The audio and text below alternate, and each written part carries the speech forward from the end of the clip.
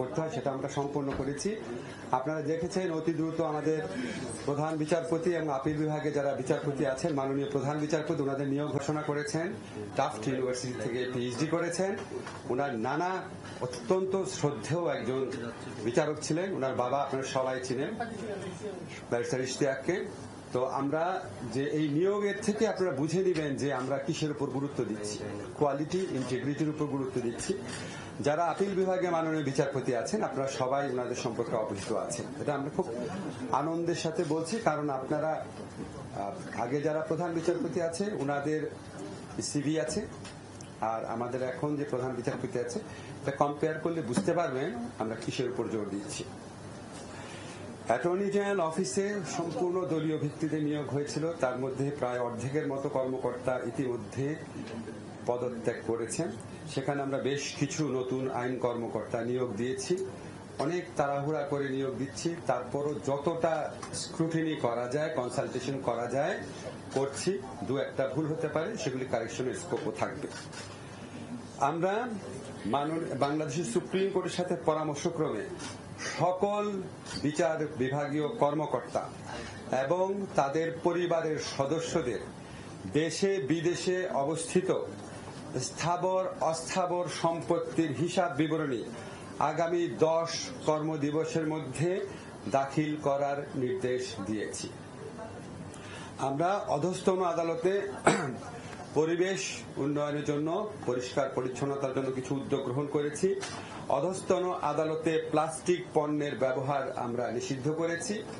Replace করতে একটু time লাগবে, বাট অলরেডি নির্দেশনা পৌঁছে গেছে। এছাড়া আপনারা জানেন ওখানে শৌচাগার যে আছে, মাতৃ দুগ্ধদান কেন্দ্র আছে, মহিলা পুরুষদের বিচার প্রার্থীদের জন্য যে জায়গাগুলো আছে, এখানে স্থান সংকট আছে, জনবলের সংকট আছে, বাজেটের সংকট আছে।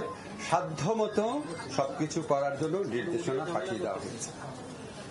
আর গণহত্যা এবং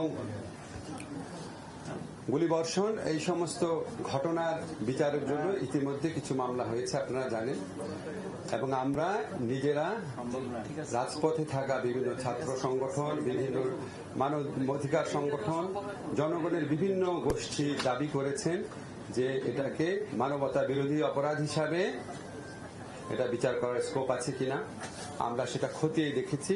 আপনাদেরকে আমরা বলতে চাই 1973 সনে যে ইন্টারন্যাশনাল ক্রাইম ট্রাইব্যুনাল অ্যাক্ট আছে, যেটা পরে 2009 এবং 13তে সংশোধনী হয়েছে, সেই আইনে আমরা জুলাই গণহত্যা বলতে আমি অগাস্টের প্রথম 5 দিনে গণহত্যার কথা বলছি।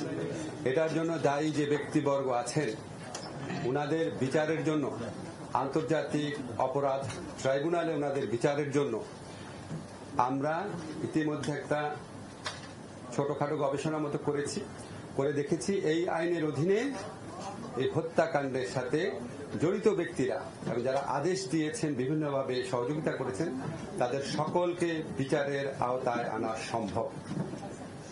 এবং আমরা এই আন্তর্জাতিক অপরাধ ট্রাইব্যুনাল, এখানে আপনারা জানেন একটা ইনভেস্টিগেশন এজেন্সি আছে, একটা প্রসিকিউশন টিম আছে, এগুলিকে আমরা রিঅর্গানাইজ করার চেষ্টা করছি। আদালতটা একটু পরে করব। আর এই ইনভেস্টিগেশনের ক্ষেত্রে এটা আমরা জাতিসংঘের তত্ত্বাবধানে করার চেষ্টা করছি। জাতিসংঘ থেকে আমাদের বারবার সহযোগিতার আশ্বাস দেওয়া হয়েছে। আমরা বিচারের সত্যিকারের স্বচ্ছতা, নিরপেক্ষতা নিশ্চিত করার জন্য আমরা জাতিসংঘের তত্ত্বাবধানে, আমাদের ইনভেস্টিগেশন টিম থাকবে, তারা কাজ করবে জাতিসংঘের তত্ত্বাবধানে, সর্বাত্মক তত্ত্বাবধানে। সেটার লক্ষ্যে সমস্ত উদ্যোগ গ্রহণ করব। ইতিমধ্যে এখানে জাতিসংঘের যে আবাসিক প্রতিনিধি আছে ওনার সাথে আমরা মিটিং করব, ডিসিশন নিয়েছি, ডেট ঠিক হয় নাই, সহযোগিতা চাবো। এছাড়া আমাদের আরো উচ্চ পর্যায় থেকে জাতিসংঘের বিভিন্ন কনসার্ন এজেন্সি আছে, ওনাদের সাথে যোগাযোগ করা হবে, আমরা করব। আমরা আশা করছি দ্রুত আমরা এটা শুরু করতে পারবো। এই হচ্ছে আমার বক্তব্য। আপনাদের কোনো প্রশ্ন আছে কিনা?